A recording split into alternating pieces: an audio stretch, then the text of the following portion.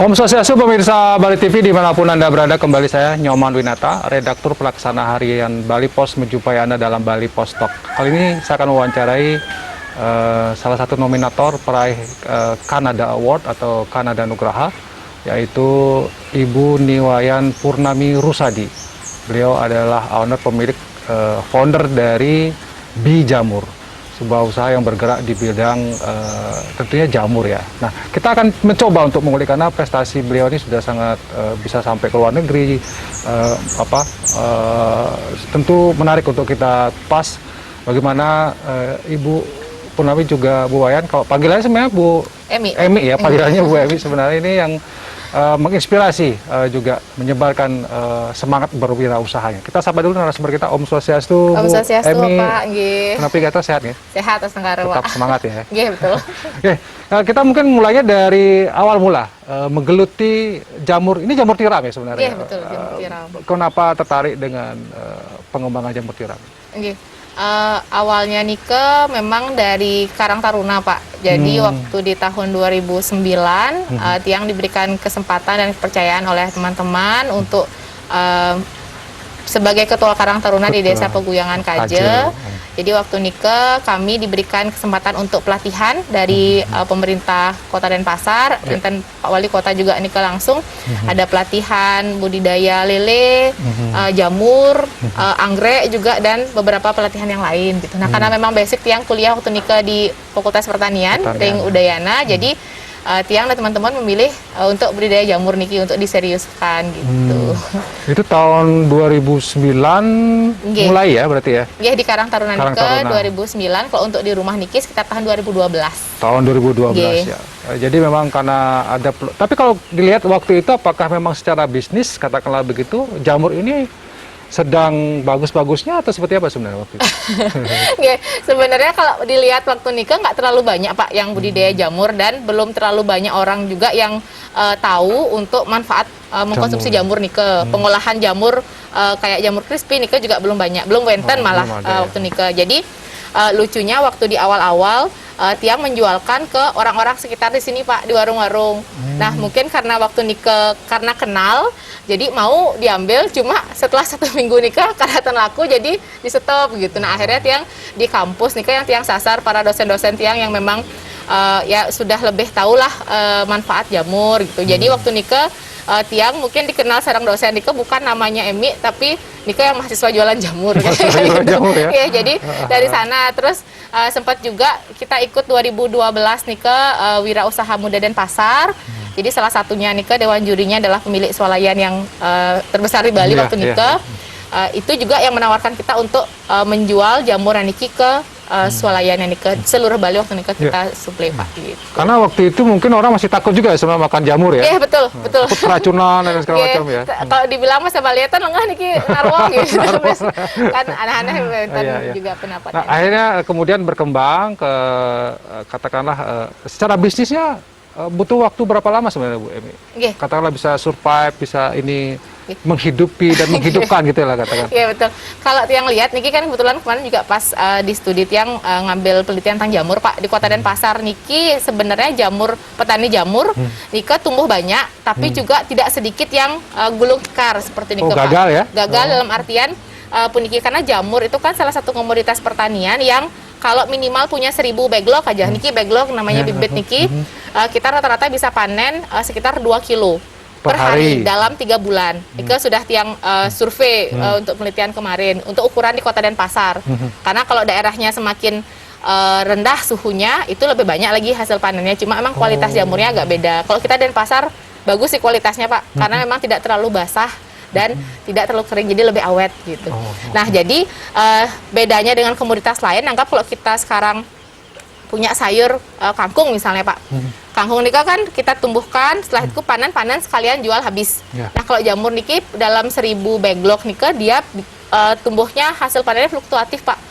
Jadi pas banyak sekali, pas sedikit sekali. Nah, kalau pasar kan nggak bisa kita gitu, harus konsisten. Itu biasanya yang membuat teman-teman Niki apa ya, goyangnya di sana Pak, karena memang goyang dan bahkan ada yang gagal ya, gulung tikar gitu ya. Iya betul. Makanya Niki perlu kayak komunitas petani-petani jamur. Jadi pas di mana yang punya banyak jamur, di sana kita sharing. Pas di mana kekurangan, di sana kita oper kayak gitu sih biasanya. Nah kalau bicara ya, katakanlah namanya bisnis ya, keuntungan gitu lah. Ini kalau menurut Bu Emi apakah cukup lumayan? Kalau dikelola dengan baik tentunya. Atau ya sedang-sedang saya sebenarnya kalau gimana? Kalau untuk peluang usaha untuk jamur tiram puniki sebenarnya pengalinya adalah jumlah backlog salah satunya Pak, jumlah bibit yang kita punya. Nah kalau untuk ukuran yang tadi yang bilang 1000 misalnya 1000 bibit nike dalam 3 bulan, ini kurang lebih keuntungan bersih yang kita dapatkan adalah sekitar 2-3 juta Pak. Per bulan? Per 3 bulan. Jadi rata-rata paling 1 juta sebulan. Nah, makin tergantung makanya teman-teman. Jadi kalau memang beberapa sumber buku atau apalagi yang di internet nih terlalu tinggi nilainya Pak yang lihat, karena memang daerahnya kan berbeda. Nah, kalau untuk Denpasar Banten, teman-teman yang belajar ke sini untuk belajar budidaya yang kasih real ya seperti Nike gambarannya. Biarkan memperlihatkan faktanya dulu ya, realitanya seperti ini, bukan menjanjikan hal yang betul, biar terkaget gitu. Jadi kalau yang ingin misalnya dapat apa namanya lebih dari Nike ya silahkan jumlah backlognya yang lebih banyak. Minimal berapa? 1000 ya? Kalau untuk 1000 yang bilang tadi. Untuk bisnis ya? Betul. Kalau misalnya pun untuk kayak di rumah Nike apalagi Denpasar memanfaatkan lahan yang ada, kayak teman kemarin di garasinya dia taruh Nike cukup sekitar 100. Terus Wenten juga dosen tiang di Padang Sambian Nike nyoba juga waktu Nike coba 50 dumun sampai terakhir 300 kalau nggak salah Nike bisa ditaruh di garasi. Jadi memanfaatkan tempat-tempat yang adalah seperti kalau permintaan gimana ya pasar terhadap kalau permintaan cukup tinggi Pak. Cuma memang jujur gara-gara pandemi niki jauh turun karena Nike apalagi awal-awal panggil kalau makin kan udah agak meningkat sedikit. Di awal-awal Nike kan kita juga banyak langganan yang bikin keripik jamur untuk diserahkan ke sekolah-sekolah, ke kampus-kampus. Nah Nike karena sudah tutup sekolahnya libur, school from home gitu, jadi berkurang lah gitu. Bu Emi juga kan tadi mengatakan ada juga banyak pihak katakanlah atau komponen masyarakat yang datang ke sini belajar gitu ya. Apa yang melatar belakangi Bu Emi kemudian katakanlah mau memberikan motivasi ikut kepada mereka ini, bagaimana caranya? Apa yang memotivasi melatar belakang?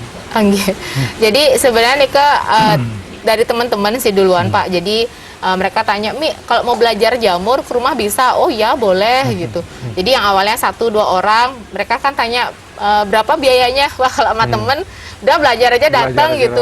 Nanti juga kalau udah jadi, apa namanya budidaya kan kita juga ada kayak satu kebanggaan apa yang kita ajarkan, apa kita sharing itu benar-benar dijalankan kayak gitu Pak. Terus yang mereka secara pribadi nanti mereka punya ngajar misalnya di sekolah, anak-anak muridnya dibawa ke sini Pak. Jadi waktu nikah sebelum pandemi ya, dari TK PAUD, SD, SMP, SMA sampai anak kuliah tuh juga ke sini untuk belajarnya Pak. Yang lucu nih sih yang pas TK PAUD nih jadi sekitar 2 kelas kita ajak langsung masak-masak mereka di sini, orang tuanya juga sareng. Jadi rame dah sekali gitu. Oh berarti juga diajarkan sampai pengolahannya ya? Sampai pengolahan. Kalau Nike juga tergantung Pak. Kemarin Wenten sebelum pandemi juga kelompok tani. Jadi dari Sumatera Wenten, ibu-ibu PKK juga yang dari Jakarta untuk pengolahan pemanfaatan pekarangan sebenarnya salah satunya kan dengan jamur niki. Jadi mereka di sini dari bikin bibitnya Pak. Jadi bikin bibitnya kita ajak praktek di rumah, terus budidaya langsung pengolahan kayak gitu. Jadi sudah sampai ada yang dari luar daerah juga ya? Bisa dengar juga Ibu, sampai ke luar negeri, ke Milan atau ke Cina ya? Gara-gara jamur juga gitu ya? Gimana cerita itu? Jadi waktu nikah sempat ada kesempatan, kalau yang dari Cina nikah salah satu donatur untuk yang mengadakan program itu dari Bakri Center Foundation. Jadi kemarin studi tiang yang S2 itu dapat beasiswa dari sana, terus dari penerima beasiswa itu diseleksi untuk ikut diberangkatkan ke sana gitu. Cara belajar tentang jamur juga? Salah satunya juga tentang jamur Pak. Apa yang membedakan yang di Cina dengan yang di sini kalau menurut kita bilang belajar jamur, Cina salah satunya yang pusatnya Pak. Jadi kayak sejarahnya banyak sekali di sana kan jamur kebanyakan untuk obat, tidak hanya konsumsi untuk tapi untuk makanan, tapi juga kebanyakan untuk obat. Jadi di sana banyak yang tiang tahu juga beberapa jenis jamur yang unik. tapi memang belum ada di Indonesia gitu. Sempat juga sebelumnya Nika ke Milan sih Pak. Milan juga ya? Itu juga kegiatan dari Slow Food Youth. Tentang jamur juga? Tentang jamur juga salah satunya. Nika akhirat yang pernah mencoba jamur truffle. Jadi jamur truffle itu jamur yang saat ini termahal di dunia. Kalau tiram 20.000 per kilo. Kalau Nika kemarin tidak salah sekitar 30 sampai 40 juta Pak. Per kilo? Nggih. Jadi kita sempat mencoba mencicipi serpihan-serpihan jamur truffle-nya Nika. Karena emang rasanya gimana? Lebih enak dari jamur? karena serpihannya jadi tidak nyampe sebenarnya. Jadi benar-benar waktu Nika Hanya sedikit gitu ya? hanya sedikit sekali, cuma ternyata kenapa bisa semahal itu Mahal? karena emang cara mendapatkannya juga tidak Susah, tidak mudah gitu. Kalau tiram atau jenis jamur yang lain, kuping, merang kan kita bisa budidayakan di tempat kita gitu. Kalau itu memang tumbuhnya di pegunungan, perbukitan, dan mencarinya pun di tengah di dalam tanah yang memang harus ngajak kayak anjing apa namanya pelacak kayak gitu untuk tahu oh di sini tumbuhnya gitu. Berarti memang susah ya. Iya betul. Tapi kalau yang tiram ini kan gampang dibudidayakan gitu ya, dan kemudian ya tadi dikatakan untuk permintaan cukup tinggi, tapi karena pandemi masih ngedrop ya. Iya, masih ngedrop. Kira-kira nanti kalau pandeminya selesai permintaan bisa meningkat nggak Bu? Prediksi begini Pak, jadi semasih kita bisa melakukan pengolahan pasca panen, ketika pun kita punya jamur yang banyak, itu kita bisa keep lebih lama untuk diolah, misalnya jadi nugget jamur atau misalnya jadi keripik jamur, itu kan ya simpannya lebih lama gitu. Oh, diolahnya. Iya, diolah. Jadi kalaupun misalnya tidak kita si petaninya langsung melakukan pengolahan, kita ada kelompok. Jadi kelompoknya itu yang kita berdayakan untuk bikin olahannya Nika. Gitu. Baik, karena waktu ya Bu Emi, mungkin yang menarik untuk sebagai closing statement juga dari Bu Emi kepada masyarakat, generasi muda terutama juga di Bali di tengah pandemi, ya berkaitannya dengan jamur, apa yang ingin Bu Emi sampaikan kepada pemirsa Bali TV juga Bali Pos ini untuk memotivasi katakanlah begitu berkaitan dengan jamur, apakah ini bisa menjadi sebuah peluang yang bisa kita garap atau seperti apa?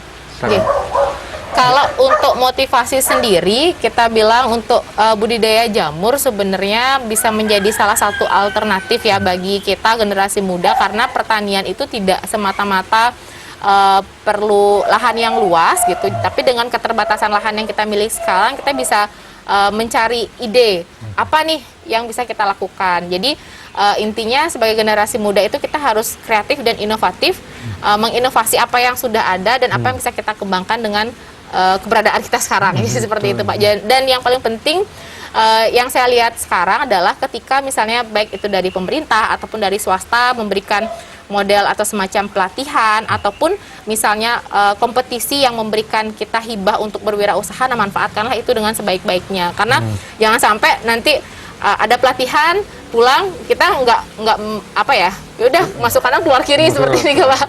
Jadi kita olah apa yang sesuai dengan passion kita harus jalankan itu dengan maksimal seperti itu. Dan pertanian menjadi sektor yang sebenarnya cukup menjanjikan juga kalau digarap dengan serius Bu. Iya, betul Pak. Petani jamur, tiram seperti yang dilakukan Bu Emi ini dengan tempat yang terbatas sudah menghasilkan gitu ya. Tapi tetap perlu ketekunan dan upaya-upaya dan kerjasama juga Bu ya, kolaborasi dengan pihak yang lain supaya bersama-sama bisa berkembang. Baik, demikian tadi Bali Pos Talk dengan Bu Emi, jadi pemilik founder daripada Bi Jamur. Mudah-mudahan ini bisa menginspirasi Anda dan kita mempunyai semangat untuk bangkit di tengah keterpurukan akibat pandemi ini, karena pariwisata merupakan sektor yang utama di Bali, tapi pertanian pun sebenarnya juga masih bisa dilirik terutama oleh Anda generasi muda yang ada di Bali. Sekali lagi terima kasih, sampai jumpa di Bali Pos Talk berikutnya. Saya tutup dengan Promo Santi. Om Santi, Santi Santi Om. Terima kasih, sampai jumpa. Santi Om.